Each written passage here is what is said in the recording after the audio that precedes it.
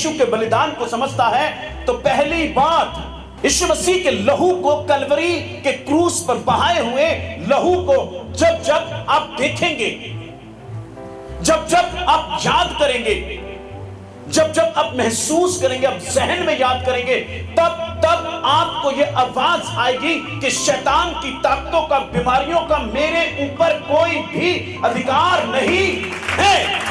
Hallelujah.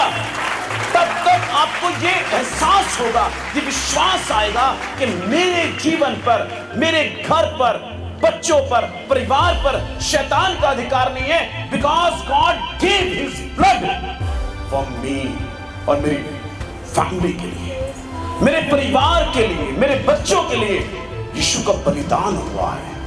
जब जब एक व्यक्ति यीशु के लहू को समझता है, तब तब वो सामर्थी हो जाता है, तब तब वो अधिकार में खड़ा होता है, तब तब वो अथॉरिटी से बोलता है।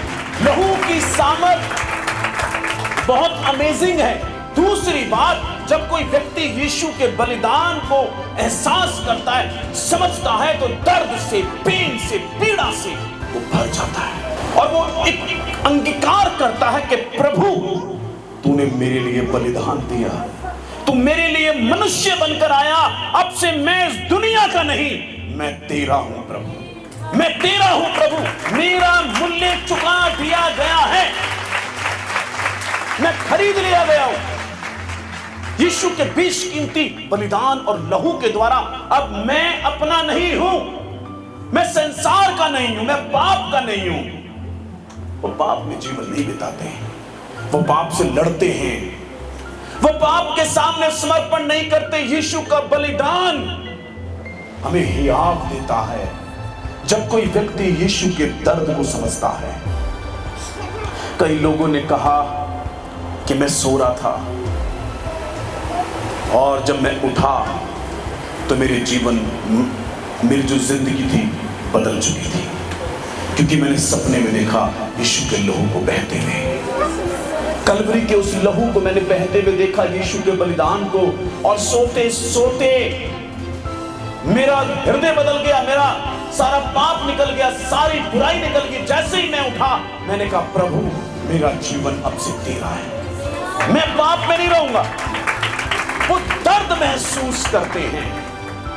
क्या यीशु के बलिदान को देखकर आपको दर्द नहीं होता?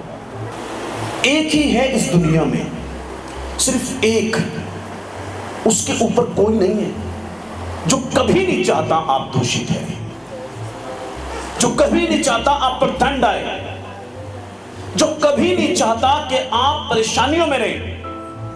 अगर चाहता तो अपनी जान ना देता, अगर चाहता तो अपना लहू ना बहाता, अगर चाहता तो स्वर्ग छोड़ के ना आता। और जब हम उसे समझते हैं, उसके बलिदान को, तो हमारा दिल पीड़ा से भर जाता है। यीशु के क्रूस को देखकर अगर हमें दर्द ना हो, हाँ वो जी उठा है, लेकिन किसी समय तो उसने दर्द को सहा है, उस पीड़ा को सहा है। पौलुस कहता है परमेश्वर का प्रेम मुझे मजबूर कर देता है, विवश कर देता है। यीशु का बलिदान, परमेश्वर का प्रेम कौन है? यीशु मसीह। यूहन्ना की इंजील उसका 3 अध्याय उसका 16 वचन पढ़े, क्या लिखा है? क्योंकि परमेश्वर ने जगत से ऐसा प्रेम रखा कि उसने अपना एकलौता पुत्र दे दिया। परमेश्वर का प्रेम, परमेश्वर ने ऐसा प्रेम रखा कि अपना एकलौता पुत्र दे दिया।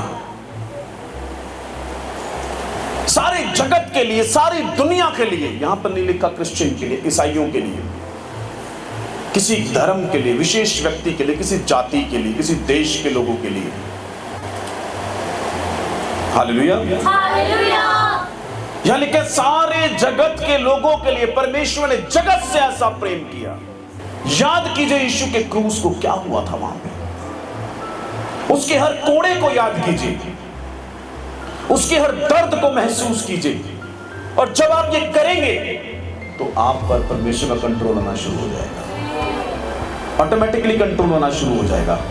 यीशु का बलिदान हमें प्रेरित करता है, इंस्पायर करता है पवित्र रहने के लिए, परमेश्वर से ईमानदार रहने के लिए, पवित्र रहने के लिए। वो हमें इंस्पायर करता है प्रार्थना करने के लिए, वो हमें इंस्पायर करता है उसके साथ हम समय